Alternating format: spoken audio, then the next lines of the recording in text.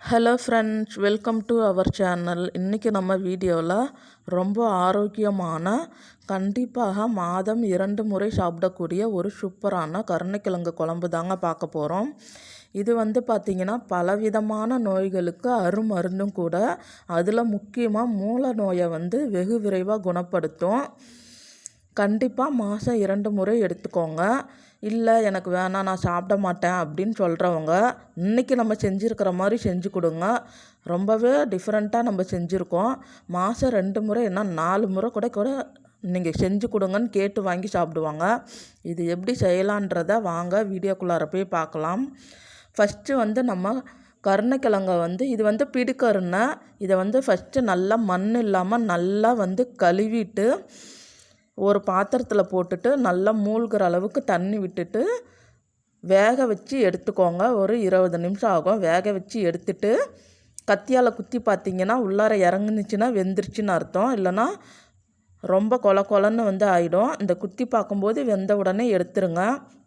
எடுத்துட்டு வடிகட்டியில் போட்டு வடிச்சிட்டு மேலே தண்ணி ஊற்றி நல்லா கழுவிக்கோங்க.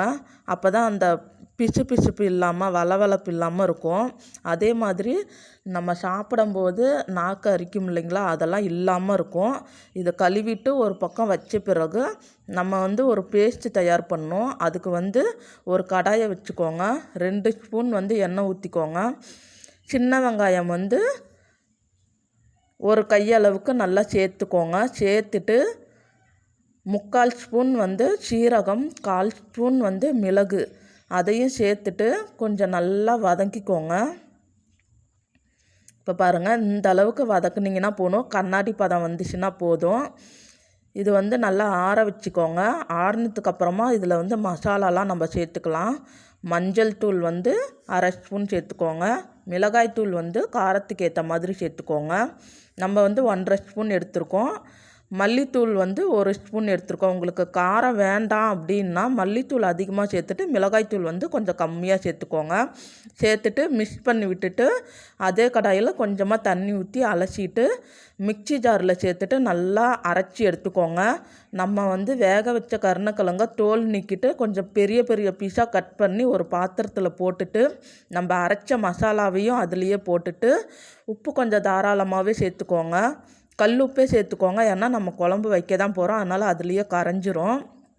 இந்த மசாலாவை கிழங்கு உடையாத மாதிரி எல்லா பக்கமும் நல்லா பெரட்டி விட்டு ஒரு 5 நிமிஷம் அப்படியே இருக்கட்டும்.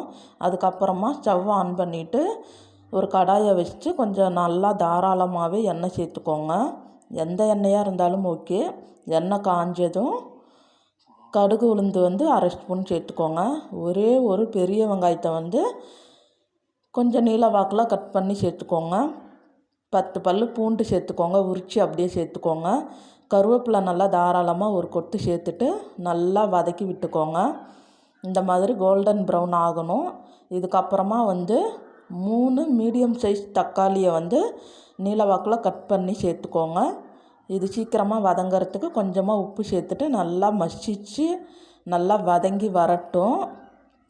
இப்போ பாருங்கள், நல்லா மசிஞ்சு வதங்கிருச்சு.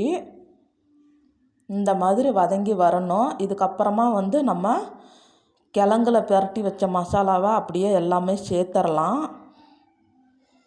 சேர்த்துட்டு அதே பாத்திரத்தில் தண்ணி எவ்வளோ குழம்பு வேணுமோ அவ்வளோ தண்ணி ஊற்றிட்டு நல்லா கழுவிட்டு அதுலேயே சேர்த்துருங்க. சேர்த்துட்டு புளிக்கரைச்சல் கண்டிப்பாக சேர்த்துக்கோங்க. கருணைக்கிழங்குக்கு புளிக்கரைச்சல் ரொம்ப ரொம்ப முக்கியம். அப்போ தான் அந்த அரிப்பு இல்லாமல் இருக்கும். நல்லா ஒரு பெரிய கோலி குண்டு சைஸ் அளவுக்கு நல்லா கரைச்சிட்டு கொஞ்சம் தண்ணியாட்டம் கரைச்சிட்டு எவ்வளோ புளிப்பு வேணுமோ அவ்வளோ புளிப்பு சேர்த்துக்கோங்க. பாருங்கள், சேர்த்துட்டு லைட்டாக கிளறி விடுங்க. அந்த கிழங்கு உடையாமல் இருக்கணும்.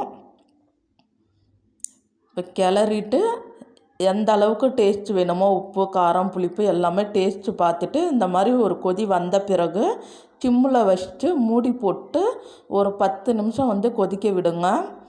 இடையில கிளறி விட்டுக்கோங்க, ஏன்னா அடிப்பிடிக்க சான்ஸ் இருக்குது. இப்போ 10 நிமிஷத்துக்கு அப்புறம் பார்த்தோம்னா சூப்பரான கருணைக்கிழங்கு குழம்பு ரெடி ஆகிடும். இதே மெத்தட்லேயே செஞ்சு கொடுத்தீங்கன்னா சாப்பிடாதவங்க கூட சாப்பிடுவாங்க. அவ்வளோ டேஸ்ட்டாக இருக்கும். ரொம்பவே ஆரோக்கியமானதும் கூட. இதே மாதிரியே நீங்களும் செஞ்சு பார்த்துட்டு நம்மளுக்கு கமெண்ட் செக்ஷனில் எப்படி இருந்துச்சுன்னு சொல்லுங்கள். இந்த வீடியோ உங்களுக்கு பிடிச்சிருந்துச்சுன்னா லைக் பண்ணி ஷேர் பண்ணி சப்ஸ்கிரைப் பண்ணிக்கோங்க. அப்படியே பக்கத்தில் உள்ள ஆளுங்கிற பட்டனையும் கிளிக் பண்ணிக்கோங்க. தேங்க்யூ.